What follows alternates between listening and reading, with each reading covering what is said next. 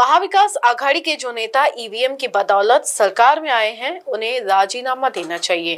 उनका हम ballot paper पर चुनाव कराते हैं, दूध का दूध पानी का पानी हो जाएगा। ये बात महायुति के नेता आशीष जायसवाल ने मुंबई में पत्रकारों से बातचीत के दौरान कही। 5 टर्म आमदार आहात, आपलं नाव मंत्रिपदाच्या चर्चेमध्ये आहे, काय वाटतं? बघा की ज्या पद्धतीचं कामकाज 2.25 वर्षाच्या सरकारमध्ये झालं, ज्या कारणासाठी आम्ही महाराष्ट्रात सत्ता परिवर्तन केलं, तो उद्देश सार्थ झाल्याचा आज या ठिकाणी दिसून येते। महाराष्ट्राच्या जनतेच्या मनामध्ये माननीय मुख्यमंत्री आणि सर्वांनी ज्या पद्धतीचा ठसा उमटलेला आहे, ज्या पद्धतीची जोरदार बॅटिंग माननीय मुख्यमंत्री महोदयांनी 2.25 वर्ष केलेली आहे, त्यामुळे हे सरकार आलेलं आहे आणि लोकांचा खूप प्रतिसाद मिळालेला आहे। अभूतपूर्व असा विजय मिळालेला आहे आणि अभूतपूर्व अशा जागा मिळालेल्या आहे। हे सर्व सरकारच्या 2.25 वर्ष केलेल्या कामाची पावती आहे।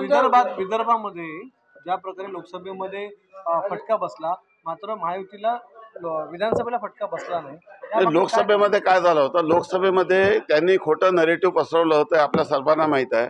अनुसूचित जाती जमाती आणि मुस्लिम समाजाच्या लोकांमध्ये इस्लाम खतरे में, आरक्षण खतरे में, संविधान खतरे में, अशा पद्धतीचा भ्रम निर्माण केला। काहीच खतरेमध्ये नव्हतं, खतरेमध्ये काँग्रेस होती आणि आपला खतरा वाचवण्यासाठी त्यांनी लोकांमध्ये फेक नरेटिव्ह सेट केला आणि त्याचा त्यांना फायदा मिळाला होता। परंतु लोकांनाही लक्षात आलं आणि विधानसभेमध्ये ती चूक लोकांनी केली नाही जे लोकसभेमध्ये केली आणि त्यामुळे हा निर्णय जो आलेला तो ऐतिहासिक आहे आणि अभूतपूर्व आहे। काँग्रेसच्या भावी मुख्यमंत्र्यांची स्वप्न भंगलीत का सगळी विदर्भातून मोठ्या जागा झाल्या, राहुल गांधी असतील, हे बघा, ज्या शिवसेनेबद्दल ते बोलत होते, आज तुम्ही विचार करा की महाविकास आघाडीचे तिन्ही पक्ष मिळून एकट्या शिंदे साहेबाच्या शिवसेनेची बरोबरी करू शकत नाही।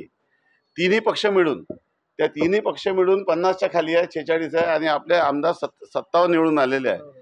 तर त्यामुळे कोणी जर निवडणुकीच्या पूर्वी हे सांगितलं असतं तर कदाचित कोणाला विश्वास बसला नसता की महाविकास आघाडी हे 50चा आकडा गाठू शकली नाही आणि एकट्या शिवसेनेने 57+ जे आता 61 आमदार झालेले आहे आणि खऱ्या अर्थाने खरी शिवसेना कोणती आहे हे त्यांनी या ठिकाणी दाखवून दिलं, महाराष्ट्राच्या मतदारांनी दाखवून दिलं आणि शिवसेना प्रमुख बाळासाहेब ठाकरे यांच्या विचाराला जो घेऊन समोर गेला, त्याच्या मागे महाराष्ट्राचे शिवसैनिक आणि हिंदुत्ववादी मतदान जमा झाले। नाहीये की भावी मुख्यमंत्री म्हणून तुमच्या विदर्भातलेच होते, ब्रेक्स लागले होते, आता ते कशा पद्धतीने निवडून आलेले आहे आणि जर थोडासा इशारा झाला असता तर त्यांचाही करेक्ट कार्यक्रम झाला असता, पृथ्वीराज चव्हाण सारखा झालाच असता। ते बॅलेटवर निवडून आलेले आहे थोड्याशा मतांनी, आपल्याला सर्वांना ठाऊक आहे।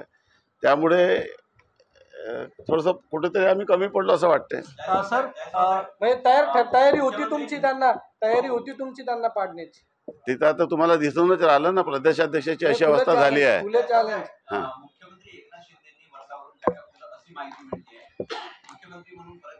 नाही, ऑलरेडी तुम्ही 2 दिवसापूर्वी अशी बातमी पाठवली होती। आता ते गेलेले आहे, परत येतील आणि शेवटी ते काळजीवाहू मुख्यमंत्री आहे, खऱ्या अर्थाने महाराष्ट्राची काळजी घेणारे मुख्यमंत्री आहेत ते आणि ते आता सध्या कुटुंबाचा नेहमी जात असतात, ते गेलेले आता सध्या।